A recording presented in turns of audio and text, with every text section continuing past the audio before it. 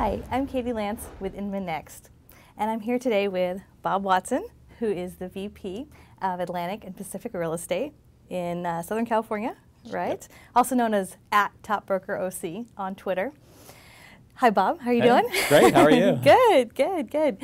So I'm here with Bob today. Bob is one of the biggest people I know in social media, and one of the reasons I want to talk to you is not only are you a social media guru, but, not a guru. but you are a living, breathing agent manager, and you work with agents day in and day out. So I just wanted to talk to you about social media. A lot of our audience are people who are trying to decide what to do with social media. Should they be in it? Should they not be in it? And what are your thoughts about that? They absolutely, definitely have to be in it, and the reason is because when you're postcard farming, that is direct mail, it's snail mail, and electronic medium right now is the way this business is going to be. Mm-hmm. So it's a lot less expensive, and all you have to do is be yourself. Absolutely. I think that's one of the biggest things. So if someone is trying to figure out where they want to be, there's Facebook, Twitter, Google+, LinkedIn. What, in your opinion, what's a good place for someone to start? The first place to start is your business plan. You absolutely, positively need a business plan, a strategy of how you're going to attack your local market. So there's a local market in everybody's market where you want to work. Figure out what that is. I tell my agents to do a SWOT analysis: strengths, weaknesses, opportunities, and threats. And the strengths are what they bring to the table. The weaknesses are the weaknesses that they have. The opportunities are the weaknesses of the other agents in the marketplace, and the threats are the people that are dominating their marketplace. And other types of market conditions, like interest rates rising. Right, right. So if someone is starting with their business plan, do they do like a brainstorm, or what are some of the things that you'd recommend actually getting that business plan started? I would sit down with their broker or their manager and put together the business plan and figure out what they want to sell and where they want to sell it, and then figure out an online strategy. And so I tell most of my agents in fact all of my agents, to create a hub and spoke system. Figure out what your hub is going to be, and that might be the company website, that might be a blog, that might be LinkedIn, that might be Facebook. So all the other channels will be outside directing activity into the hub.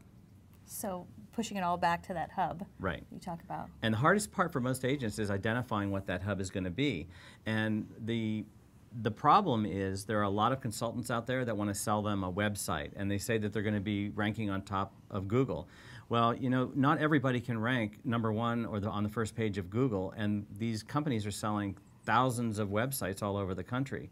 So really what they need to think about is that hyperlocal market and what they know about that market, and start generating content. And that content is not a scary word.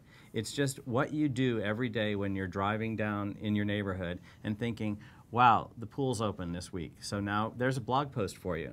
Right, exactly. I think that's a great point, just pulling out things that you would normally tell your friends and other people in your life about, like the pool's open, or hey, this event's coming up next weekend, and different things in your area. Right. I think that's a great point. One thing that I do, unfortunately, if I see smoke coming out, like I did on Saturday, right, I'll get my camera and I will drive to where the smoke's coming, and I'll put that out on Twitter with a couple of short videos, so I become the news source for our local area.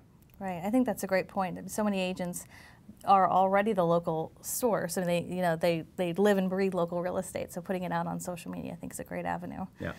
Excellent. So can I throw in a Twitter shout out? Absolutely. Okay, yes. great. Because yes. I'm really big on Twitter, yes. and I don't sell real estate on Twitter at all.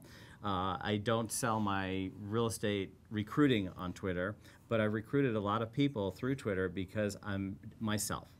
And the way I talk on Twitter is about what I like. I compliment people. I retweet people. I don't really say where I am unless I'm on Foursquare, and that's a whole other discussion. But on Twitter, you can search your likes and dislikes, and people all over the world can follow you. I gave the example earlier today on the F1. I like F1 racing. There's a guy in Den Haag, Netherlands, that is also interested in F1, and he's going to be coming out to look at investment properties for me in California. I would have never met him unless I was on social media. Right, right. You wouldn't be sending a postcard to the Netherlands. No. Absolutely. Well, where can people find you online if they have questions or they just want to meet you? The best place to find me is by email, bob@robertwatson.com. Okay. Or if they're on Twitter, @TopBrokerOC. Excellent. Well, thank you, Bob. You bet. Thanks. I appreciate it. Thanks, Katie. I'm Katie Lance with Inman Next.